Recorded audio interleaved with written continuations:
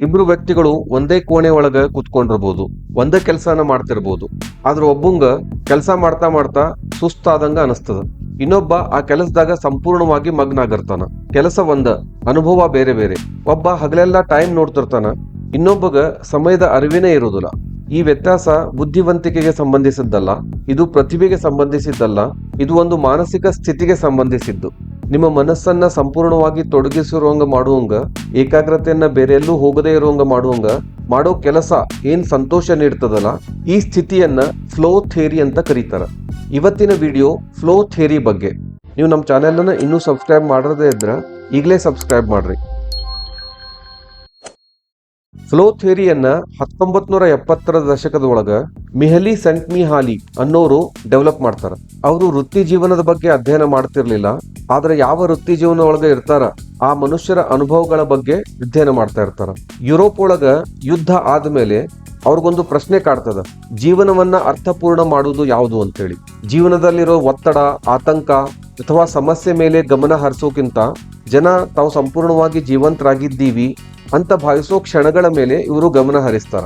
ಅವರು ಕಲಾವಿದರನ್ನ, ಕ್ರೀಡಾಪಟುಗಳನ್ನ, ಡಾಕ್ಟರ್ಸ್ ಅನ್ನ, ಮ್ಯೂಸಿಷಿಯನ್ಸ್ ಅನ್ನ ಸಂದರ್ಶನ ಮಾಡ್ತಾರ. ಬೇರೆ ಬೇರೆ ಕ್ಷೇತ್ರಗಳ ಜನರನ್ನ ಭೇಟಿ ಆಗ್ತಾರ. ಆಶ್ಚರ್ಯಕರವಾಗಿ ಅವರೆಲ್ಲಾನು ಒಂದೇ ರೀತಿ ಮಾನಸಿಕ ಸ್ಥಿತಿಯನ್ನ ವಿವರಿಸ್ತಾರ. ಸಂಪೂರ್ಣ ಏಕಾಗ್ರತೆ, ಕೆಲಸದಲ್ಲಿರೋ ಸ್ಪಷ್ಟತೆ, ಯಾವುದೇ ತರಹದ ವಿಚಲಿತತೆ ಇರದೇ ಇರೋದು, ಸಮಯ ಹೆಂಗ್ ಹೋಗ್ತದ ಅನ್ನೋ ಅರಿವೇ ಇಲ್ಲದೆ ಇರೋದು. ಅವರು ಆ ಕೆಲಸಗಳನ್ನ ಯಾವುದೇ ರಿಸಲ್ಟ್ಗಾಗಿ ಮಾಡ್ತಾ ಇರಲಿಲ್ಲ, ಆ ಕೆಲಸ ಮಾಡುವುದನ್ನ ಅವ್ರಿಗೆ ತೃಪ್ತಿ ಕೊಡ್ತಿರ್ತದ. ಇದನ್ನ ಅವರು ಫ್ಲೋ, ಹರಿವು ಅಂತ ಕರೀತಾರ. ಇದನ್ನ ನಾವು ಸರಿಯಾಗಿ ಅರ್ಥ ಮಾಡ್ಕೊಳ್ಳೋಣ. ಫ್ಲೋ ಅಂದ್ರೆ ವಿಶ್ರಾಂತಿ ಅಲ್ಲ, ಎಂಟರ್ಟೈನ್ಮೆಂಟ್ ಅಲ್ಲ, ಅದೊಂದು ಆಳವಾಗಿ ನಮ್ಮನ್ನ ನಾವ ತೊಡಗಿಸಿಕೊಳ್ಳುವ ಸ್ಥಿತಿ. ಇದು ಒಂದು ಷರತ್ತಿನ ಮೇಲೆ ಸಂಭವಿಸ್ತದ.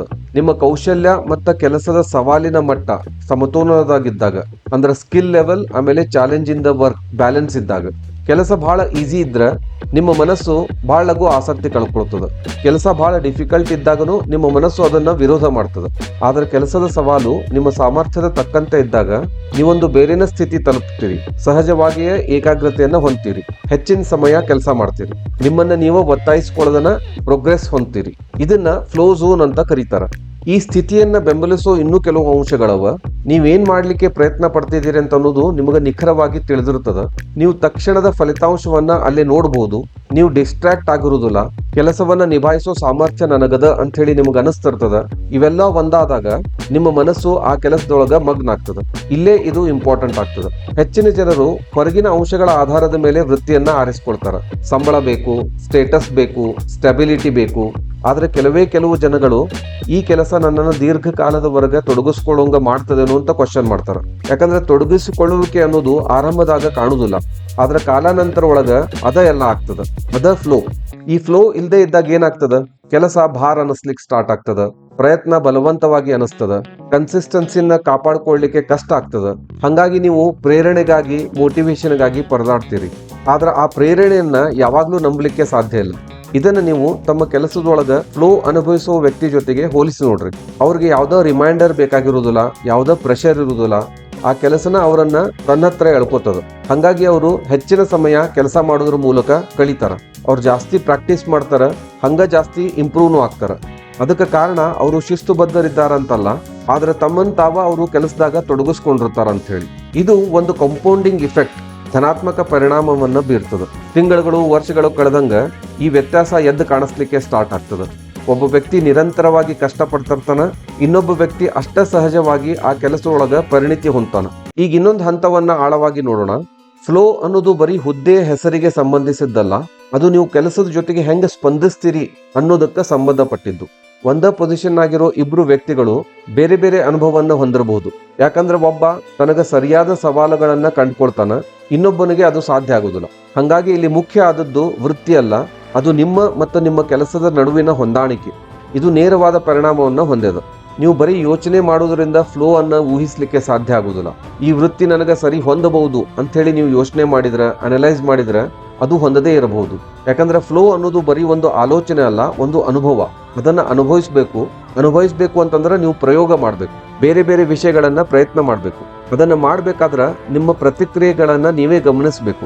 ಅದನ್ನ ಮಾಡೋದ್ರಿಂದ ನೀವು ಸಫಲರಾಗ್ತಿರೋ ಅಥವಾ ಸೋಲ್ತಿರೋ ಅನ್ನೋ ದೃಷ್ಟಿಯಿಂದ ಅಲ್ಲ, ಬದಲಾಗಿ ನಿಮ್ಮನ್ನ ನೀವು ಆ ಕೆಲಸದೊಳಗೆ ಎಷ್ಟು ತೊಡಗಿಸ್ತೀರಿ ಅನ್ನೋ ಬಗ್ಗೆ.